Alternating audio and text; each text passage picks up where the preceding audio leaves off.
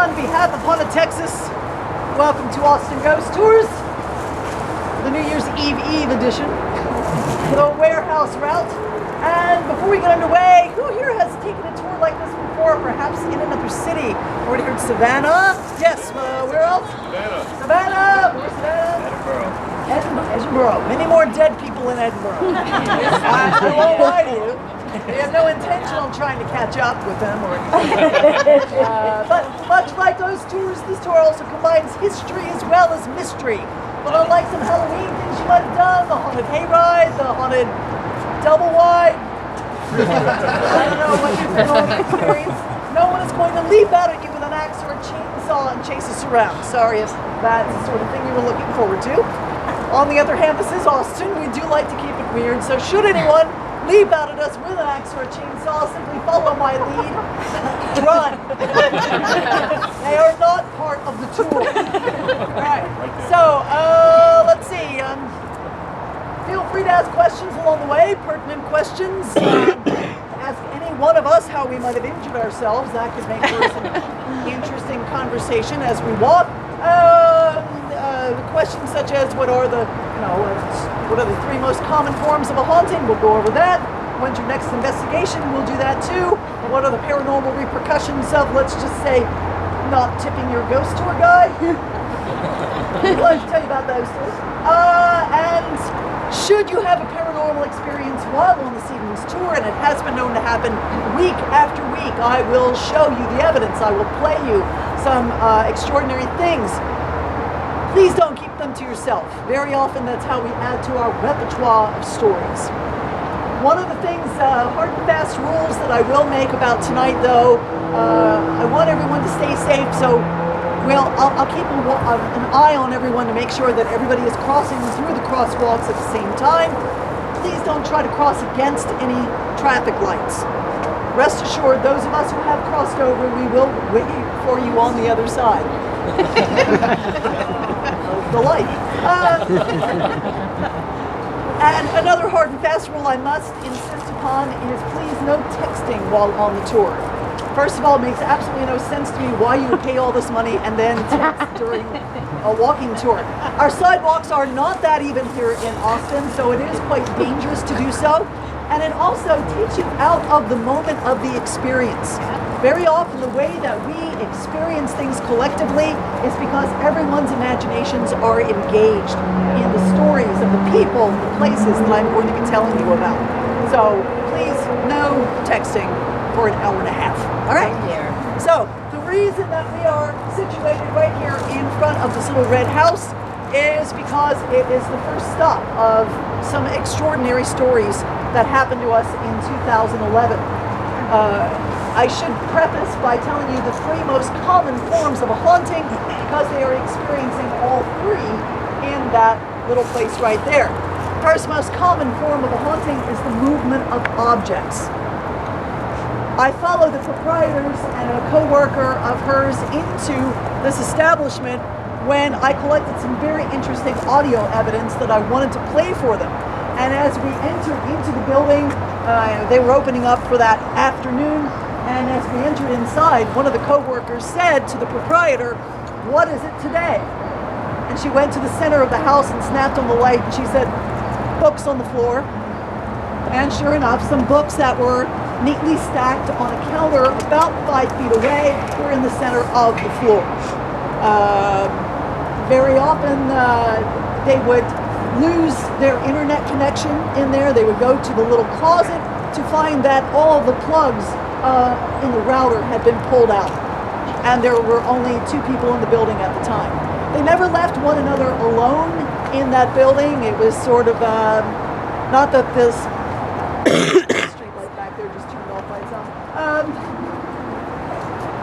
They never left one another alone. Not that the spirit in there was malevolent or anything like that. It would just be rather startling, some of the things that would happen. They would hear heavy footsteps going up and down the upstairs when there would be no one in the upstairs area of the house.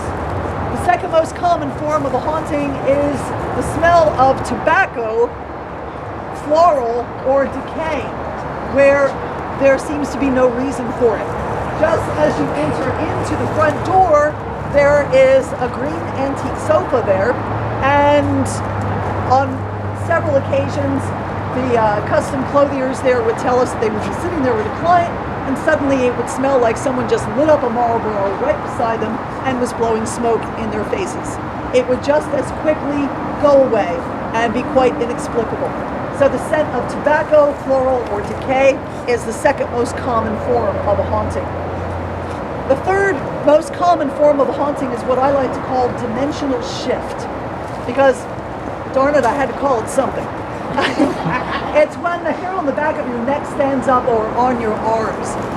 It generally can be perceived as a change in barometric pressure or static charge around you. When this happens, look up and around, because something extraordinary is either about to happen or is happening. But sometimes evidence can happen to you when you least expect it. It can happen in a very, very subtle way. What I want to play for you now, and I hope it'll be loud enough amidst the traffic from 35, and it's a rather quiet neighborhood. We're going to start tonight by playing you an EVP that I captured in that house upstairs, and we'll end tonight's tour with another EVP that I captured across the street a couple of years ago. So this is a very haunted area where we are right now. When we were preparing for our Halloween tour, we wanted to include this entire complex of buildings here, because this is one of the 3 remaining compounds, German-American compounds, left in the city of Austin. It was the Hofheinz-Reissig Waterloo compound, and Moonshine's was the main house. The yellow house right here, it was the wedding cottage that was a wedding gift to their daughter, and then servants' quarters on down the street facing Cypress Street, as it was known back then. But during the 1960s, there were a collection of artisans who did jewelry and beadwork and custom clothing and antiques and that sort of thing. So it was a bunch of little boutiques around here. And there were 2 gentlemen who rented this little red house. And their names, honest to God, were Slim and Curly. Now, Slim was all right, but Curly was a little bit on the challenged side, shall we say. In fact, it was believed that he was the character study for the killer in the novel To Kill a Mockingbird. So we found out that Curly had committed suicide in the upstairs portion up there right by the windows. The white one at the end. For almost a year, we had absolutely no idea what this gentleman's name was. All we knew was there was a man who killed himself upstairs in the upper room. And weird stuff continued to happen in the house. We think the weird stuff started up when Cypress Vanguard moved in because of the nature of the business. Very often when a building returns to the time when something extraordinary happened, someone died or took their own life, that very often that is what spurs things to happen again. In the Littlefield building, for example, they just opened the Capital One branch there. As they were preparing for it to return back to its original purpose, a bank, stuff started happening. Scarborough building across the street used to be a department store. Brooks Brothers just moved in. You can count on the fact that we're going to start to hear stories about that place too. So, the very fact that artisans moved in here and started creating custom clothing and jewelry and that sort of thing, we think that they acted as a magnet and reactivated, reawakened hauntings in this particular building. So, the very, very last tour of September, before we began the Halloween tour, I took about 15 people up there, told them the stories of the haunted activity, and had my little recorder with me. And I said, let's see if we just get anything now that I happen to know Curly's name. So we called him out. So move up, just a little bit closer. I'll play this for you. And this is just how subtle a haunting can be. In the pauses that I am waiting for something to happen in the room, we heard nothing at the time of this recording.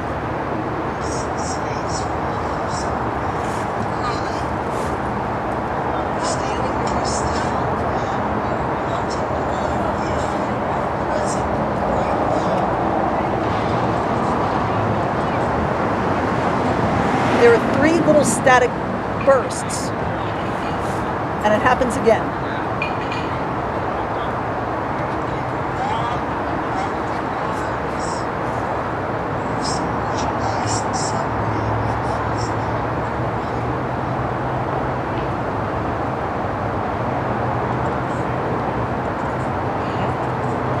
It happened in the same sequence over and over again.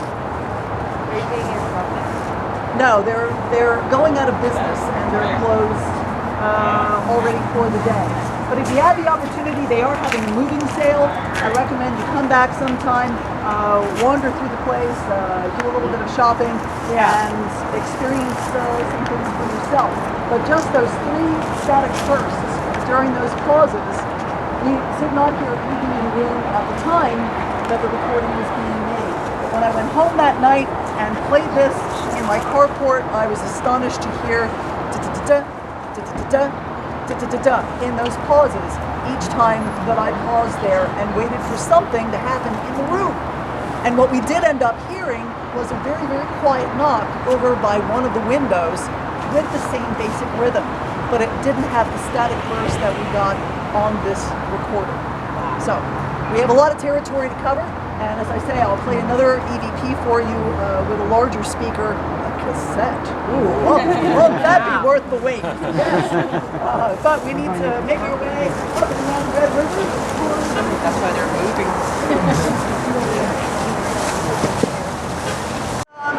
Earlier this year, I was getting ready to lead a pub crawl for Dell. Yes, we do pub crawls. Guaranteed to see some spirits on the pub crawl. All the ones you want to buy. And so I was there at Moonshine's much earlier than I'm normally there. And some city workers happened to be walking by, and I had no idea how they knew who I was or what it was I was doing. But they saw me and they waved and they went, "Hey, ghost lady." And I said, "Hey, how are you?" And they said, "This is the place you ought to check out." I said, "Really? The convention center?" They said, "Oh yeah, especially around 3 a.m. when doors start to slam, voices shout at you from the darkness and Coke cans get thrown at you." I said, "Well, that's kind of unusual because most of the ghosts of Austin are fairly happy-go-lucky party time ghosts. Very unusual to find a disgruntled spirit here in Austin." And they said, "Well, there were some Katrina survivors who didn't make it out of that building." I said, "Well, that explains it. They're out-of-town ghosts." And I used to treat it very flippantly like that until, once again, we were getting ready for the Halloween tour, and I did a little bit of looking into exactly how many Katrina refugees stayed in this building. And the number just shocked me. It was between 3,000 and 5,000 at one time or another were staying here at the convention center. Now remember, these were the healthy survivors, the ones who were not admitted into hospitals. They were admitted here, many of them with infected cuts from wading through stagnant, filthy water filled with God knows what. About 42% of them had seen a dead body. About 52% of them had seen a loved one perish before their eyes. There were many new mothers who just given birth in that last 7 days, so they had hardship pregnancies. There were people without their medications for schizophrenia, HIV, hypertension, whatever it was, they quickly left the house with just maybe 7 days worth of. They said that they had to leave the lights on all the time because when they tried to turn the lights out, there was too much screaming. Imagine being hundreds of miles away from home and everything you knew, everything you owned, and the people you loved, you had absolutely no idea if any of it still existed. That was the torment that these people lived with. And that was the torment that some of them died with, and the hopelessness. So it does not surprise me in the least that in the wee hours of the morning, they do experience things like that here at the Austin Convention Center. Now, will Haunted Texas investigate the Austin Convention Center? Probably not, because those city workers used that magic time of night, 3 a.m. We don't do 3 a.m. Sorry, we don't need to. Coming up at the end of January, by the way, we have our next public investigation. The first one for 2012. We'll be having them every single month in 2012. And we will be going to 2 different stops in 3 hours. We leave at about 8 o'clock at night, get to the first location, investigate for about an hour, get back on the trolley, we have a trolley, and go to the second investigation site after that and do the same thing. We have 100% results. And there is a saying in Texas, it ain't bragging if it's true.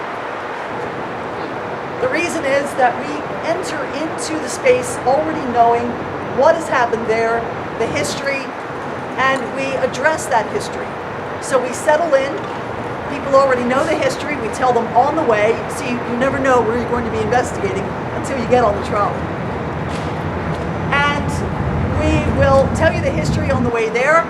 We will get off the trolley, get inside, and start investigating. We did 3 in 2011, and they were all extraordinary, astonishing experiences. And I hope you'll join us sometime during 2012 on one of our public investigations. So, but we need to continue on to 5th Street this way.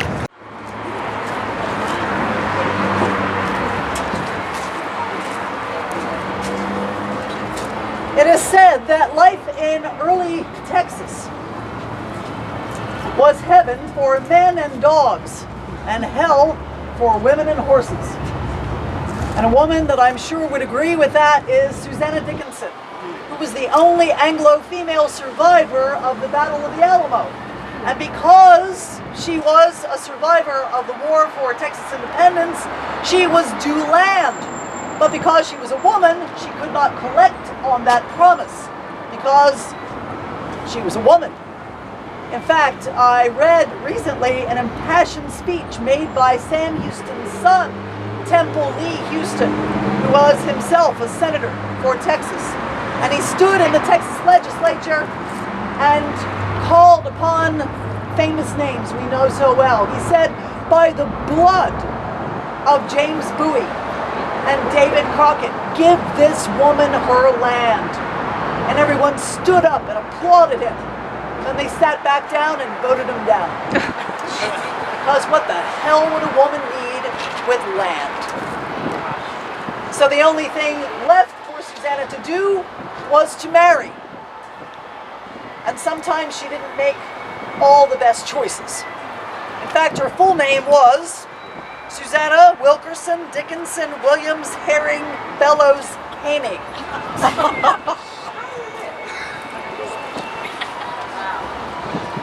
Some of them beat her, some of them accused her of running a bordello, some of the men up and died on her. But for her last husband, Joseph Haney, she was finally awarded the land she was due, and they sold it and built this house that stands right behind us. And there is Susanna right there, a handsome woman.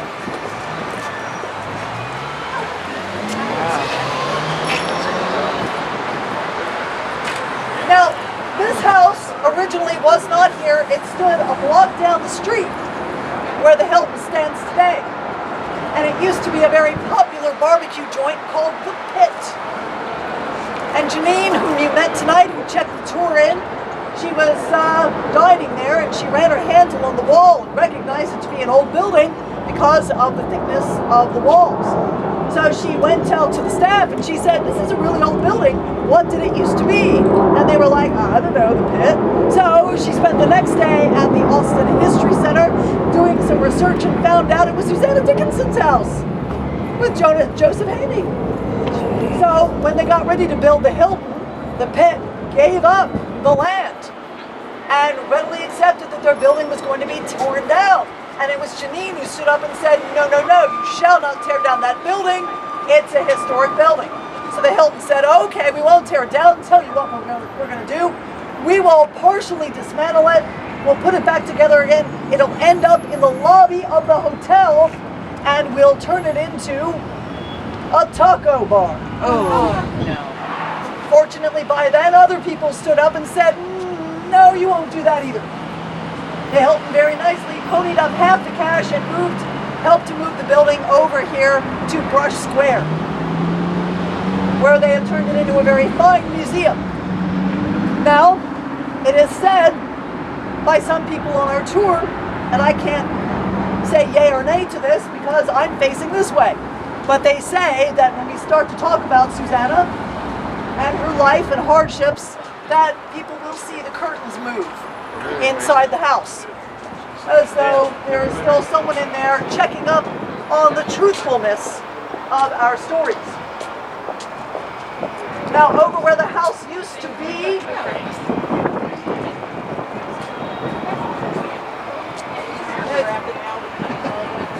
could be a AC or, heat or AC or something like that. People are actually seeing the curtains pulled aside. Yeah. Not just fluttering like that. We know what that is. So, where the building used to be, down there at the far corner where the Hilton parking garage is now, they are still experiencing unusual things all over the Hilton, mainly having to do with plumbing and electricity, two of the easiest things for spirits to manipulate. And in the area where the house once stood, mysterious water keeps pooling up, and they don't know from where, because people with very, very fancy equipment came out there and surveyed and made sure that there were no underground springs or pipes or anything else that they were going to be running into. Nonetheless, water keeps pooling up in that area. They laid down 8 inches of plastic sheeting and another layer of concrete on top of that. Nonetheless, every now and then they have to cordon off areas of the parking garage because this mysterious water pools up and they don't know where it's coming from. So, odd things going on inside the building, outside the building, and across the street in the new location of the house. All very mysterious things which we can't explain very much, but we're glad that Susanna finally found a home somewhere. But now we need to be making our way towards the scariest part of tonight's tour, 6th Street. Alright, I need everybody to move up some so that pedestrians can cross around behind the tour so that no one is cutting through the tour, and you'll understand why that is important in just a moment. Bathroom around here? If you go in through the restaurant right there, if you want to dash inside the dress hall, we'll be heading in there in a few minutes if you want to meet us in the lobby by the stairs. Okay. Alright?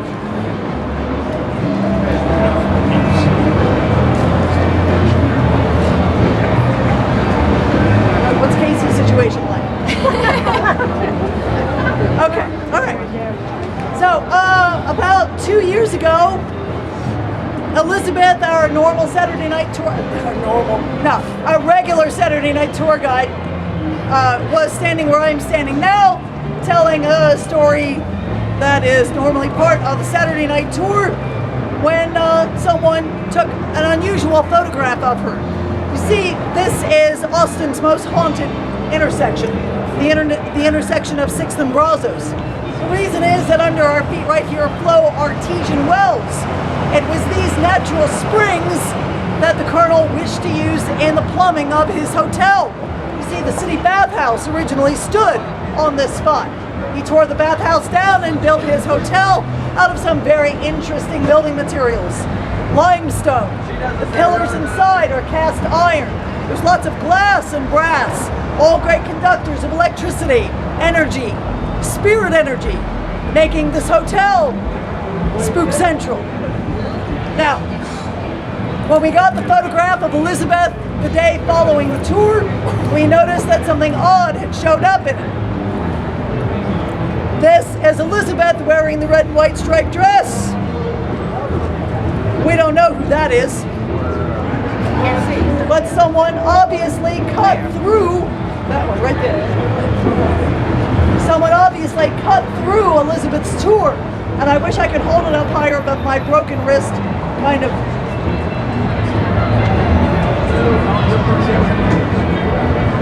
So, let me see. There we go. But I would say that from the thin white cotton collar, from the unadorned ears, the hat squashed on her head, a few wisps of hair coming out the back. I would put the costuming at late 1800s.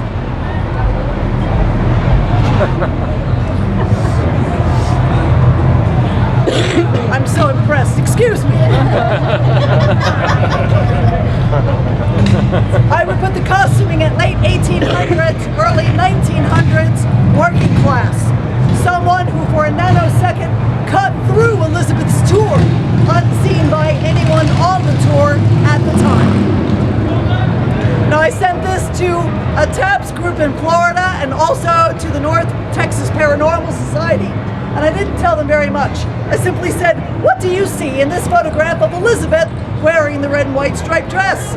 They ignored the obvious. They started focusing on the shadows of her dress, saying, yes, I think I see a face in the shadows of her dress. And I finally pointed out, I said, dudes, that, right there. The person off to the side. They said, that's not another reenactor. No, it's not another one of your tour guides. We don't know who or what it is. But I thought it was pretty convincing. Perhaps the holy grail of ghost photography. And we thought so too. That is until Christmas that same year, when someone captured something on my tour, which got us an appearance on national television.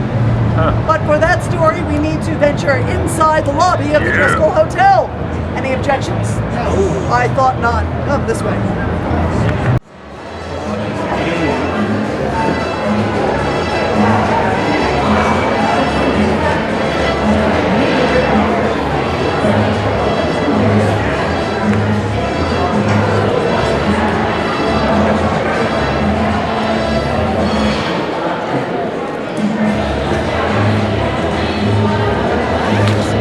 Without spilling. Trying to catch that ribbon. Well, my true love tried to surprise me with blind ladies dancing. I decked it. No, we're moving the ribbon up and over. There we go. Thank you so much. No, actually, I just had a misfooting and I had broken this wrist last year. My first instinct was to protect that wrist by falling on this one. 20 broken bones later. Yes. So, welcome to the Driscoll Hotel, built in 1886 by Colonel Jesse Driscoll. And as we wandered in, I spied Colonel Driscoll. He was standing right on the top of it. It's his portrait. Although it is said if you linger by his portrait, you might catch that familiar whiff of cigar smoke indicative of the Colonel's presence. Because some of our guests tonight have been smoking cigars, though, I don't know if we can count on that as proof positive of the Colonel's presence. So maybe something else will happen upon us. But it was Christmas 2009 when I led our annual Christmas tour here to these steps. I told about 10 minutes worth of stories, and I urged people to get their last-minute photographs because we were headed out the door and back up Congress Avenue to our point of origin. Janine was along on the tour that night with her kids. After all, it was a special occasion, and she and I both saw the last guest in the tour turn around and take a photograph of the then empty stairs.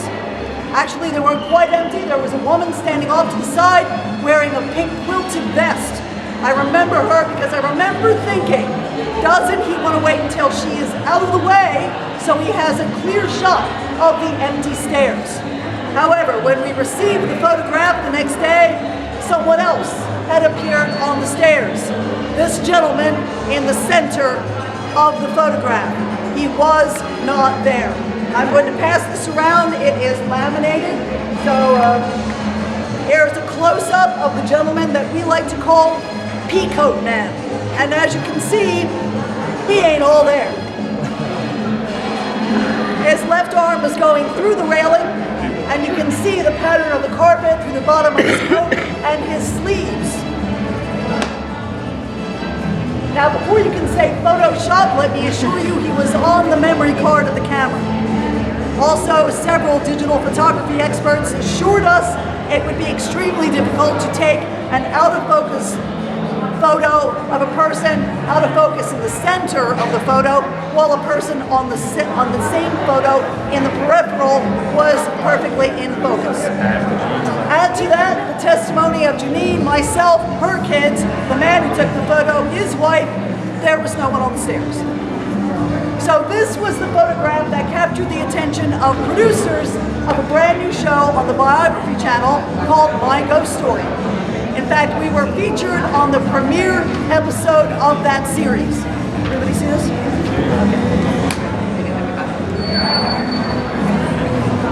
And on the way to Hollywood, I told Janine, I said, you know what they're going to ask. You know, one of the questions is going to be, how many ghosts are at the Driscoll Hotel?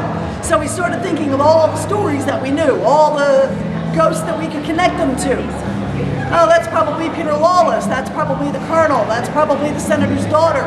Let's see, Suicide Bride number 2, Suicide Bride number 1. We stopped at 19. We said, you know what? Bunch of ghosts. That's what we'll tell these Hollywood people. Bunch of ghosts. All of them playful, happy, helpful in some cases, not scary for the most part at all. No, we did our thing in Hollywood. 3 weeks later, they sent their cameraman here to Austin to capture what is called B-roll. This is something they need to do because Americans apparently have very poor imaginations and we cannot follow a storyline without recreations. So, I arrived very early that Thursday morning in February, dressed to the hilt in my Victorian garb, sat right over there in the corner of the lobby, enjoying the heck out of a hot cup of tea because of how much I paid for it. I was waiting for Barry and his assistant to show up, and also Janine, and suddenly I felt that familiar dimensional shift. The hair on the back of my neck stood up. I could feel a creeping sensation over my scalp under my hat. So my first instinct was to look up and around to see what was going on. And the only thing that was happening was that there was a gentleman walking down the grand staircase. And a thought entered my mind. I don't know where it came from. It did not come from me. But it said, look, look, look, that guy's important. That guy matters to you. I thought, okay. Now he saw me from a distance and he seemed kind of startled, but I've had it in my name badge, and I said, no, I'm real, see? And he was like, and he walked away. And I thought, whoa, what was that about? Well, Barry, the cameraman, and his assistant showed up. Janine showed up. We started setting up the shot right here on the stairs for the B-roll footage, and this same gentleman approached us. And he said, are you guys talking about ghosts? And we said, well, yes, we are. And he said, could I tell you about an experience I had last night and this morning? Well, those seem pretty fresh ghost stories, so sure, why not? So we finished up what we were doing. He started telling us his stories, and he stopped, and he said, you know, I could really explain it much better if I took all 5 of you upstairs to the mezzanine level to my suite. Would that be all right? If I took you up to my suite? So he takes us upstairs and to the left, the Cattle Baron Suite, $1,200 a night. It's great. It's got its own sitting room with a fireplace, its own dining room, 2 opulent bedrooms, each with their own marble bathrooms. It's great. Save up. So he takes us in there, and he says, first of all, when the bellman led me in here, the place reeked of cigar smoke. I said, hey, thought this was a non-smoking hotel. Bellman says, oh, it is. He says, what are you going to do about the cigar smoke? Bellman drops the bags and says, it'll pass. And he said, and it did. Next time I came in, it was like it was never there.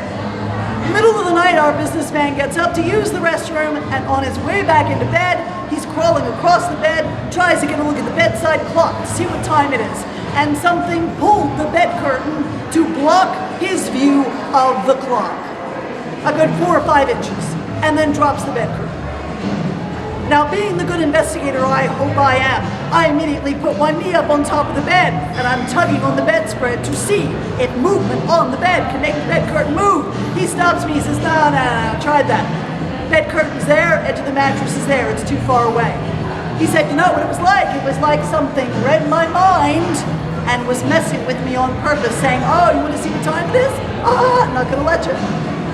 He said, but wait, let me tell you what happened in my dining room this morning. Janine sits across from him at the dining room table, and he says, haha, that is exactly where my lead sales guy was sitting this morning when it happened. He said they were sitting there talking about what they got accomplished in Austin, what they need to follow up on when they get back to San Diego. Suddenly, the sales guy gets the oddest look on his face, leans across the tables, and whispers sotto voce, right behind you. Behind our businessman, there is a credenza, much like this one over here, with a tray of beverages. On that tray of beverages, there is one beverage with a cardboard flyer on it that says, Republic of Tea, $5. That is not the scary part. According to the sales guy, something pulled the cardboard flyer to the other side of the bottle and then moved it back. That is when our businessman said, that's it, the rest of this meeting is taking place downstairs in the lobby. I will see you down there in 5 minutes. That's when he came down the stairs. That's when my spidey senses went, whoop, whoop, whoop, dimensional shift. Something's going on. Look, that guy's important. That guy matters to you. Oh, darn right, he gave us 2 of the best ghost stories we had ever heard about the place. And boy, were they fresh. Now here's what amazed Barry, the cameraman from My Ghost Story. He pulled me aside, he said, my God, Monica, it's 11 o'clock on a Thursday morning. I said, what's the matter, Barry? Oh, yeah, sorry. We didn't have to have a lockdown. We didn't have to wait up half the night with a lot of expensive equipment waiting for something to finish knocking, shave, and a haircut. This is the Driscoll, sir. What is paranormal other places is normal here. Hardly a week doesn't go by I don't end my tour here at the Driscoll enjoying a delightful adult beverage when a guest or a staff member doesn't come to me and share another story with me. That's half the reason I carry my digital recorder with me.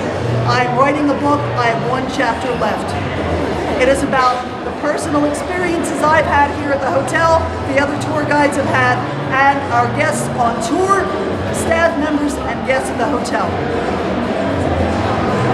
Amazing, amazing stuff has happened here in this hotel.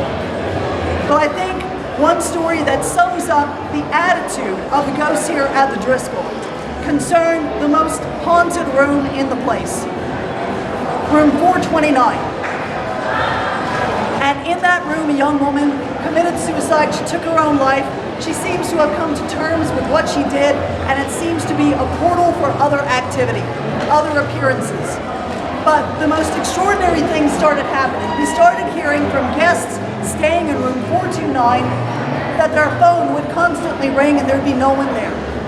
In fact, it happened so often, summer before last, that when a couple that I knew was staying in that room who was on the tour, I asked them, I said, has anything unusual happened in your room so far? They said, yes, our phone has rung 3 times and there's been no one there.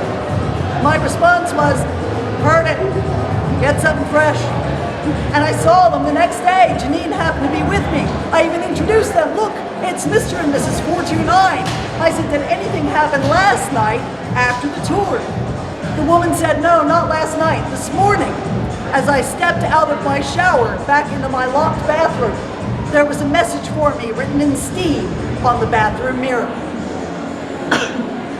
It said, hey! And she said, way up in the corner, where no one could possibly reach, even standing on the bathroom counter, there were 2 tiny shoe prints. I said, you mean handprints? She said, no, shoe prints, like a little 4 or 5-year-old girl would wear.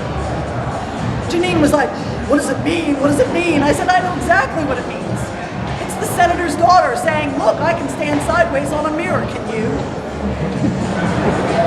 That's how they roll here at the Driscoll. Happy, playful, helpful sometimes, interesting hauntings. And I hope when the book comes out that you will buy it, you'll read it, you'll share it with other people, because it is an extraordinary place. We're also going to be featuring the Driscoll on a future episode of Haunted Texas, our PBS series. and the photos make their way back to me. Yay! I love when that happens. All right, but we need to make tracks for Congress Avenue. That is our next stop. So we'll be heading up 6 to the corner of Congress and then heading south down the avenue. So this way.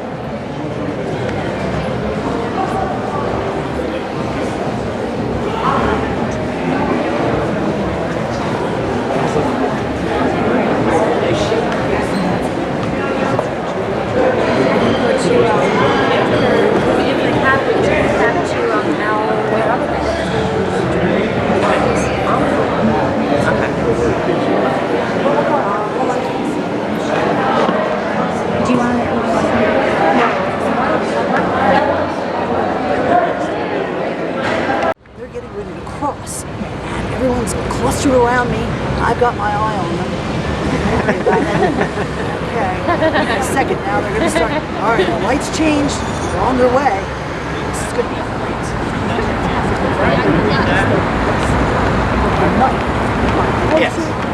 Closer and closer and closer, and suddenly his head rolled off and landed right at her feet.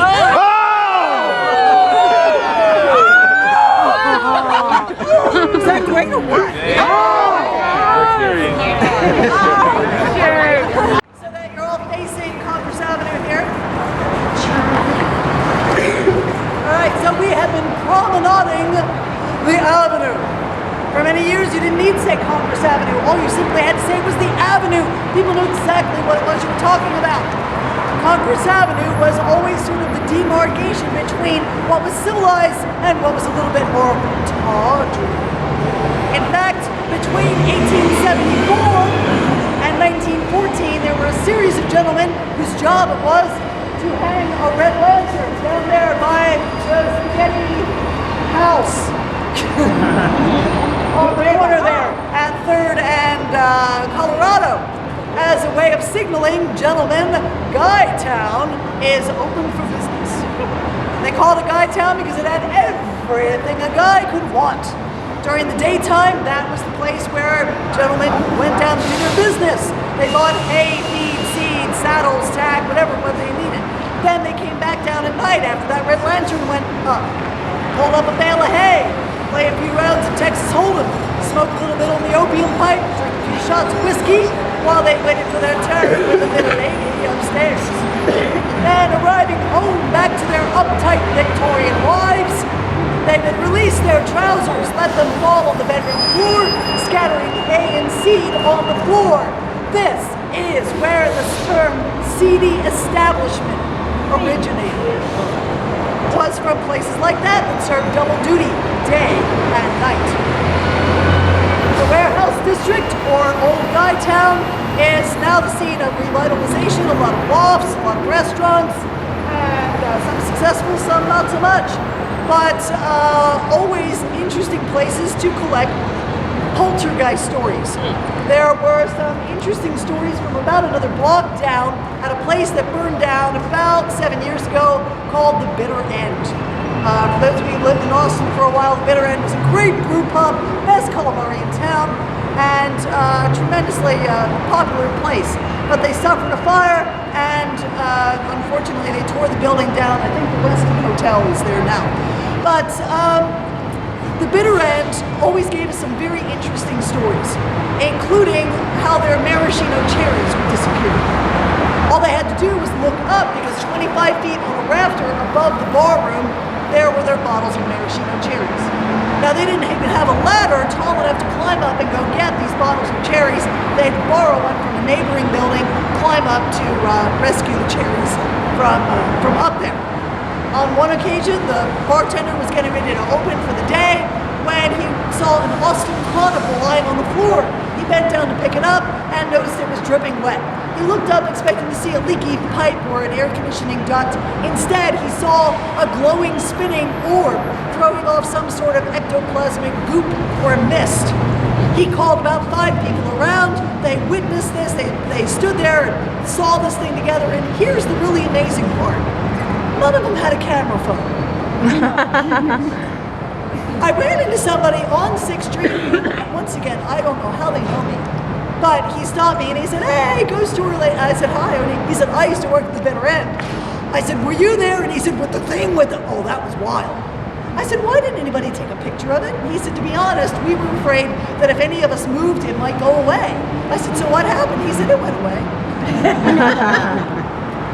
So, interesting stories there. Now, oddly enough, one of the few places in town that did not serve as a speakeasy during Prohibition is now called the Speakeasy. And it's over there across the street, blue neon sign. That was a family furniture store called the Chrysley Furniture Store. And they also had fertilizer and hay and seed in the back rooms area because there was another business sharing the space. Well, we all know what happens with fertilizer when it's in confined spaces. So they suffered a fire in 1914, a fire that required the entire Austin Fire Department to fight the blaze. Yes, all 12 firefighters came out to fight this fire.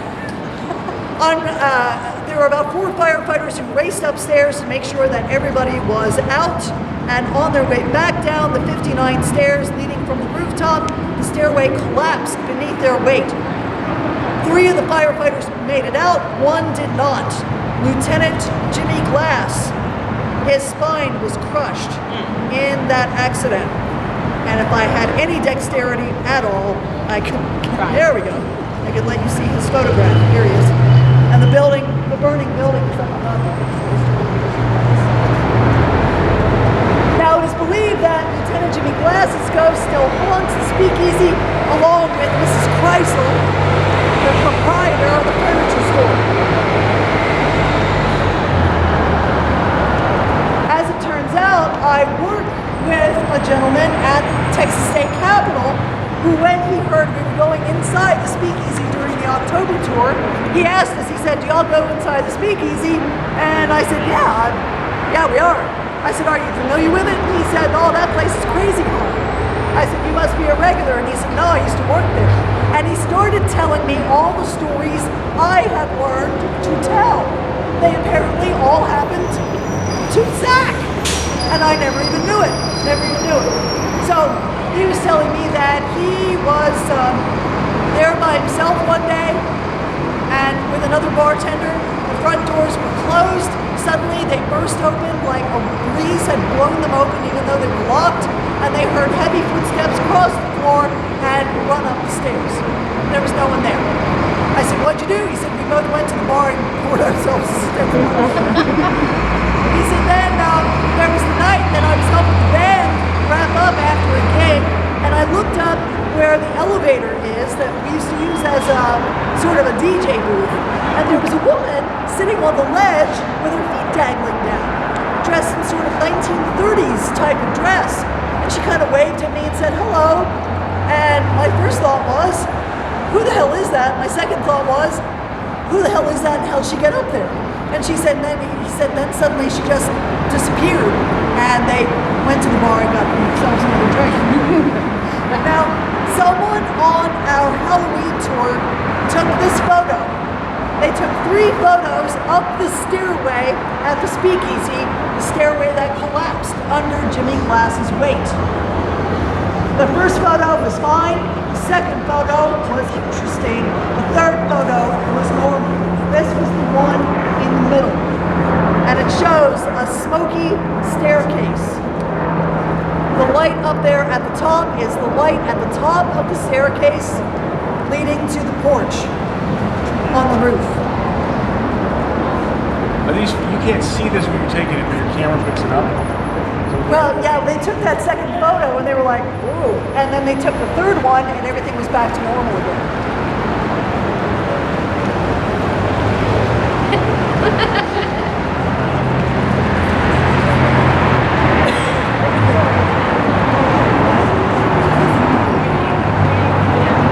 So under the staircase, there is a little closet that the staff likes to call the scary closet. Very hard to find what it is you're looking for in the scary closet because there's a red light bulb in there. And newbies who come to work for the speakeasy, they say, maybe it's just me, but I'm thinking if you put a light bulb in there, you might find what it is you're looking for a little faster. So everyone kind of gathers around, hands that newbie a white light bulb. Newbie takes the red one out, puts the white one in. The white light bulb will not work in that socket in the scary closet. Nor will a yellow one, a blue one, a green one. No other color but red will work in the scary closet. Jimmy likes the red one. Maybe it reminds him of the firehouse. As I was leading a tour out of the speakeasy, I was approached by someone who had an event up on the roof. And he said, I just had my partner down here going through the restrooms to make sure that everyone was out. And he came rushing up the stairs, and this is the story he told. As he was going around the corner by the restrooms, he passed by the scary closet, and the doorknob rattled. He thought somebody was in there trying to mess with him.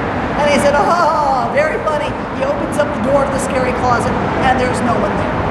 They said when he came upstairs, he could barely string 3 words together. He was a little shaken up. Now, they're going to start working on the building right next door to the speakeasy where the Sky Lounge is. They're going to build an 11-story building on top of that historic building. We're hearing things about the speakeasy and also Shiner Saloon on the other side.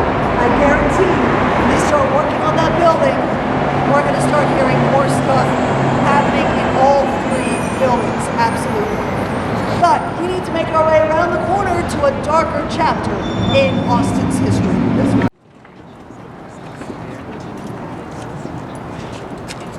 For this next story, I need to take your imaginations back to the closing moments of 1884.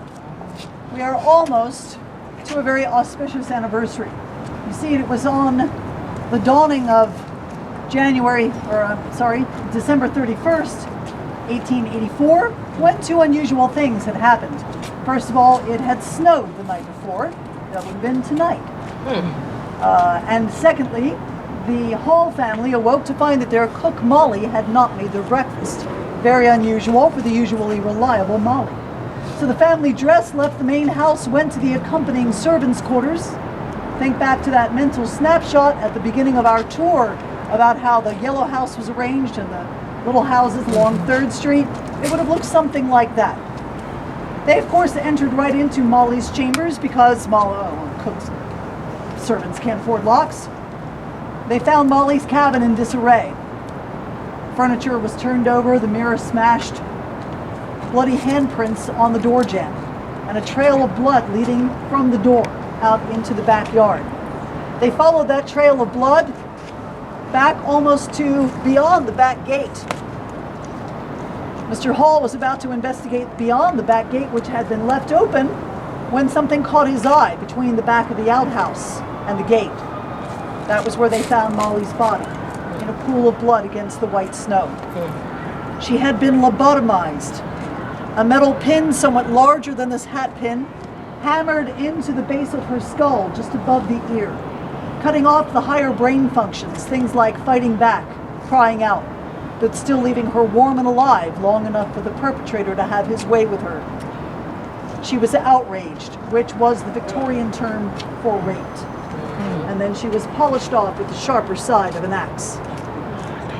At the time, Austinites didn't know what to make of crime of this brutality. They hadn't seen anything like this in about 25 years since the Comanche uprisings. They brought out state-of-the-art crime detection method, bloodhounds. They followed a trail of bare, bloody footprints in and out of patches of snow, whereupon they lost the trail in Shoal Creek, not to pick it up again. The police had no suspects, so they simply chalked it off to an isolated incident. Someone had gotten drunk, wandered into town, committed this deed at random, and left. And that's the hope they lived with through the spring of 1885. Now, during that year, we were busy building a new Capitol because we had burned the last one down, which we do a lot. We've since moved on to the governor's mansion. But in any case, there were some unscrupulous types building that Capitol for us. Convicts. It was a convict labor force, overseen by another unscrupulous type, Scotsmen. I kid. But in any case, there was a lot of civil disobedience going on throughout town, so much so that there appeared a little poem in the Austin Daily Statesman on May the 2nd, 1885, and it read, Get thee a gun, O serving girl, and keep it by thy bed. Use it upon the ruffian, yes, fill him full of lead. Not great poetry, but if only Eliza Shelley had heeded that advice, she might not have ended up as victim number 2, just the other side of that wall over there. Where? The other side of the brick wall on the other side of the alley. Eliza Shelley. Even though she was killed in exactly the same manner, police once again tossed it off to an isolated incident. Mere coincidence that it happened exactly the same way as that one in late 1884. It will never happen again. 3 weeks later, when it happened again, this time up by Stoltz Brewery on San Jacinto, well, I'm afraid the police were still out of ideas and no suspects. Our killer team seemed to take the summer off, and as temperatures rose into triple digits almost every day that summer, tempers rose with it. And there were men who deemed themselves judge, jury, and executioner, who dragged their own suspects out to the oak trees not far from where we'll end our tour in a few minutes. They hang them under the cover of night. Imagine their surprise and dismay when the killings took up again, this time in this part of town once again. In fact, just about another block from where we're standing, where Weed's stables once stood. The victim this time, Rebecca Ramey, who was sandbagged into unconsciousness, and then the killer went after her daughter, Mary, dragged her to behind the washroom, and lobotomized her not only through the side of the head, but also through the temple in the front. He then lifted her nightdress and realized he was about to outrage an 11-year-old girl. Now, it could be because he realized he had gotten the wrong victim, or he was about to be interrupted, but in any case, he left Mary in that condition and fled the scene. It was Mary's death that turned about the tide of attitude in the city of Austin. People no longer cared that these were mulattoes, mixed breeds, African Americans, serving class, women. This was a child, and they suddenly cared. 800 arrests were made throughout the year 1885, and not a single suspect panned out. The final killings that year took place almost a year to the day. Christmas Eve, 1885. The first that night took place where the Four Seasons parking garage now stands. That puts 3 killings on the same street within a few blocks. No sooner had the bloodhounds arrived at Sue Hancock's murder scene, but word came of another victim. This time over by Guadalupe, where the main branch of the Falk Library now is. Across the street from there. There's a parking garage there. And the victim this time was Eula Phillips, 18 years of age. Her first marriage, probably her first relationship. She was killed in exactly the same manner as all the others. But the difference was, she was white and middle class, so it didn't fit. Her husband James was a drunkard and a mean one. And it was thought that Eula was thinking of leaving him, divorcing him, and that he committed the deed as a copycat crime in order to prevent that.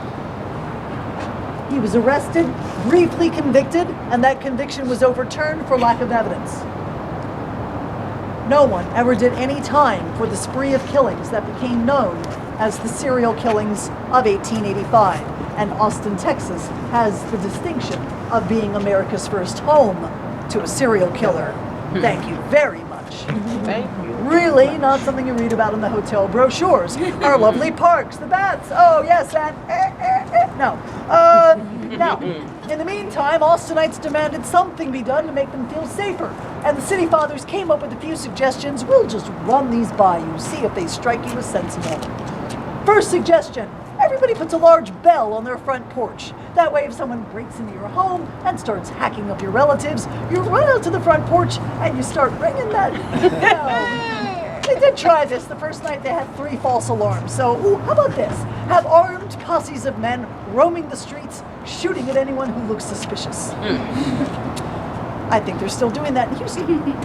How about this? Erect gigantic towers lit by carbon arc lamps to shed, ooh, I don't know, artificial moonlight on the city streets.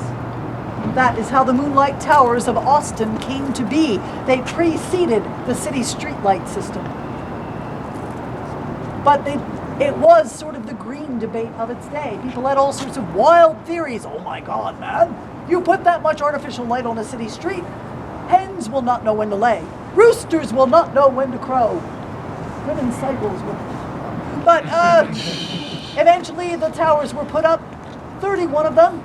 14 of them still remain standing today, and we can view one as we cross Trinity and look up the street towards 11th Street. There is one up there as well. Of course, the most famous one, the one that becomes our Christmas tree annually in Zilker Park. That is a moonlight tower that originally stood there. Lights strung all around it. You get underneath, you turn around, looking up, you fall down, all your friends laugh. It's great fun. I think I'll skip it this year. But in any case, our killer was never caught. And he became known as the Servant Girl Annihilator in some circles. We think named by writer O. Henry, who was in town at the time going under the name of William Sidney Porter. He dashed off a letter to a friend in that summer of 1885 and commented, "Town is dreadfully dull, except for the nightly raids by the Servant Girl Annihilator who makes things lively in the dead of night." The name stuck. So let us continue our trek back. So as you might have surmised by now, history is very important to us at Austin Ghost Tours in Haunted, Texas. It is the foundation of our tours and of our investigations. But sometimes history encounters us quite unexpectedly. Such was the case Halloween 2009, when it was, we handled things a little differently that year, where because of the massive crowds, we carved the groups up into groups of 30, and 2 groups would leave at the same time and travel through town by different routes so they never ran into each other. That was the theory anyway. But it was my job to kick off the tour from that concrete slab a little farther down the street right there. So I got 2 groups of 1, 60 people. And I was telling them the story about the floods that have inundated this neighborhood time and time again and have taken so many lives. Well, as I was finishing up with one group, and one group was headed up the block here, a gentleman from the Friday night tour, October 30th, approached me and he said, "I don't want to freak you out," which is always, by the way, a great way to open a conversation. I said, "Well, sir, there's probably very little that can freak me out, but what is it?" He said, "I'm a psychic medium, and I perceive that over there by that palmetto bush by the spillway steps, there is a man watching you and listening to you tell your stories." As he told me this, I felt that familiar dimensional shift flood over me, and I knew what he was telling me was truth. So I thanked him for the information, and he went up the block with his group, leaving me alone here, right in this field. So I wandered around in this field. I managed to take 2 pictures before my freshly battery camera was drained dry. I said, "All right, dude, I'm coming back tomorrow with fresh batteries and a recorder. Maybe you and I can chat." So the next night, Halloween night of all nights, I waited until I was alone. I wandered around in this field. I introduced myself in all courtesy and asked one question, because then I saw the next group headed down the block, so I switched off the recorder, went to my spot for story time. And when that group left me, I listened back to what I'd recorded. And when I heard what I heard, I dropped the recorder in the grass, and I had to go for a little stroll. Because sometimes I forget. I forget that they're all around us. Sometimes as interested in us as we are of them. I'm going to play that recording for you now. What I want you to notice is that while I'm introducing myself, there seems to be nothing unusual going on in the background. It's only when the introduction is done that there seems to be a struggled response. There's the sound of a loud cough or a sneeze, followed by a single word, see if you can make out what that word is. And I'll play the clip for you twice. So, gather in. This is the cassette I was telling you about, and it's, here we go. You're speaking with the man who has been watching me. If you will speak into this recording device, I might be able to hear you, and you can introduce yourself.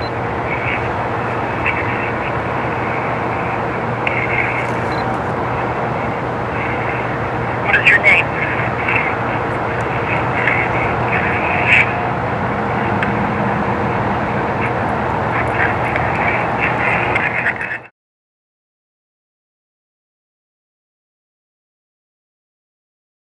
This has been a Rockanium production.